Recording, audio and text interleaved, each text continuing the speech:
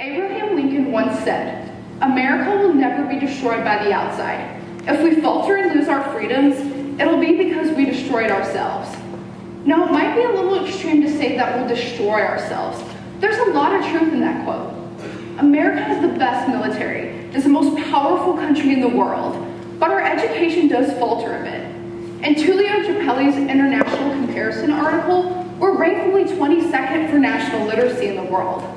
Also, Anupar Tannen, who's featured in English 110's Perspective book, says according to the Program for International Student Assessment, also known as the PISA test, which looks at 15-year-olds' education standards around the world, we rank only mediocre. So we're still going to have the world's best military in years to come if only an averagely educated nation comes to command them? Now, on a different note, Finland, a country little known for their military, has been receiving international praise for their education for almost 15 years, based on their consistently high PISA scores and the fact that they're ranked second in the world for national literacy. This is why America should adopt some of Finland's educational policies. Now, as I mentioned earlier, our education is only mediocre, and this is a problem if we want to continue adding to world advancements, compete with other nations, and uphold our title as world's most powerful country. Child poverty is a large part of this issue. Stephen Krashen, an education researcher and activist, says that 23% is the child poverty rate in America.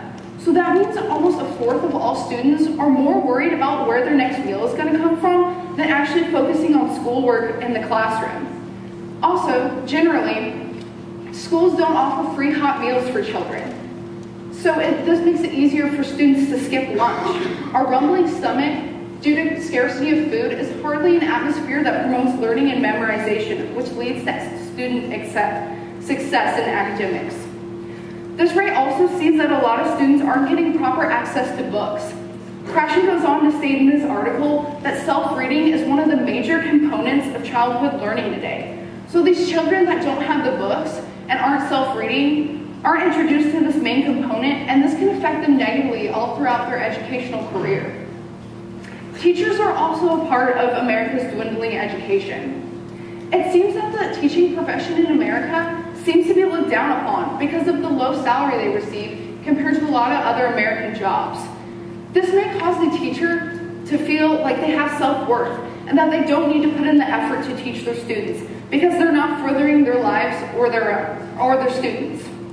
Also, a lot of teachers don't have a master's degree because the schools they work for don't provide it for them, and they don't have the financial resources to do it on their own. This means that a lot of students aren't being taught by the most qualified people.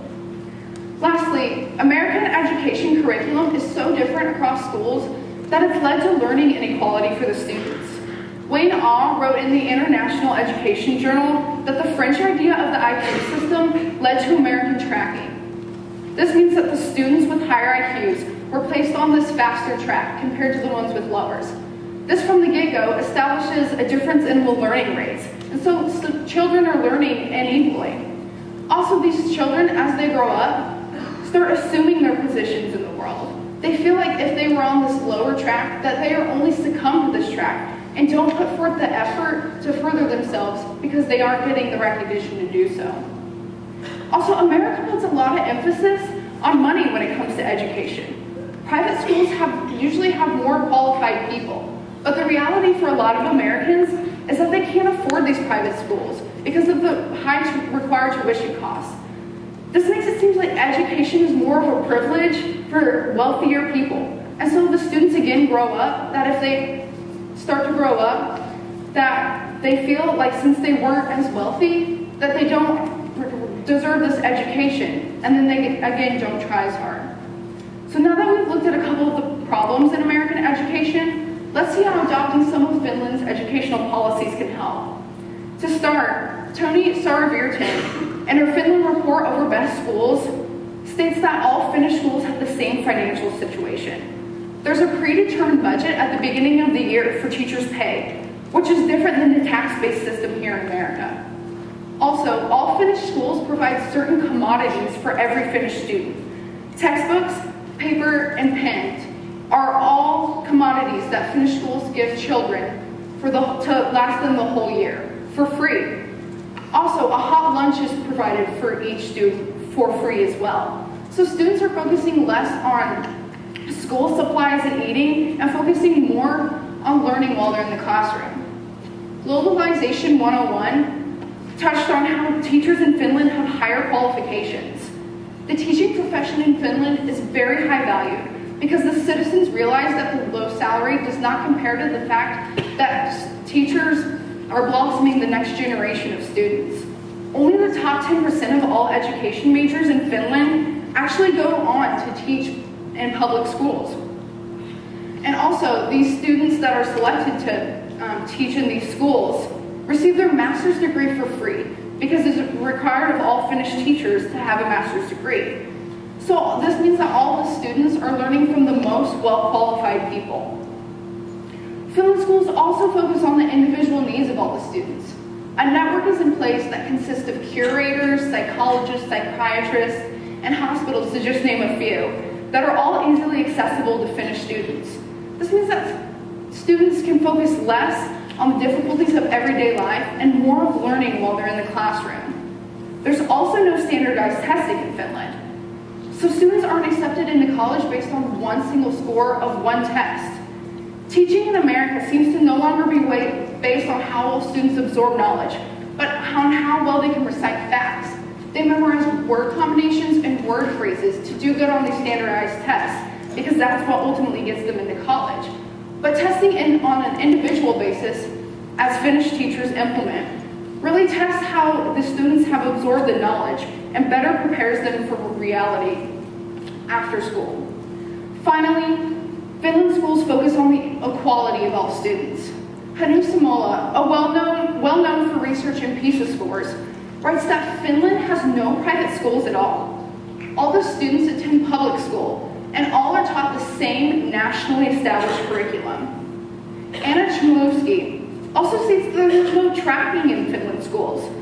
So the students are learning the same nationally established curriculum at the same exact time. There's no difference in the learning rates. Also, these children aren't making assumptions about how well they compare to their other students. Finland education is less competitive and more seen as a journey to better equip students for reality after schooling. So I hope you guys now think that America should adopt some of these Finland educational policies. I'm not looking for a total reform in American schools. That would cost a lot of money and a lot of time. I'm merely advocating that we should adopt some of Finland's policies because they've been receiving international praise for their education for 15 years. I realize that not all private schools can become public because Americans have the freedom of choice as to where to send their kids. But with a nationally established curriculum and equal funding for all the schools, this will ensure that the students all learn equally and effectively. Also, teachers with a master's degree guarantees that the students are being taught by well-educated, passionate people that are on the same education level. Finally, implementing focus on individual needs and equality of the students will make the students feel safe and secure while in the classroom setting and make them want to learn and want to go to school. Finland has done a lot of good things in the way of education, and America really needs to open its eyes if it wants to keep its title as the most powerful country in the world.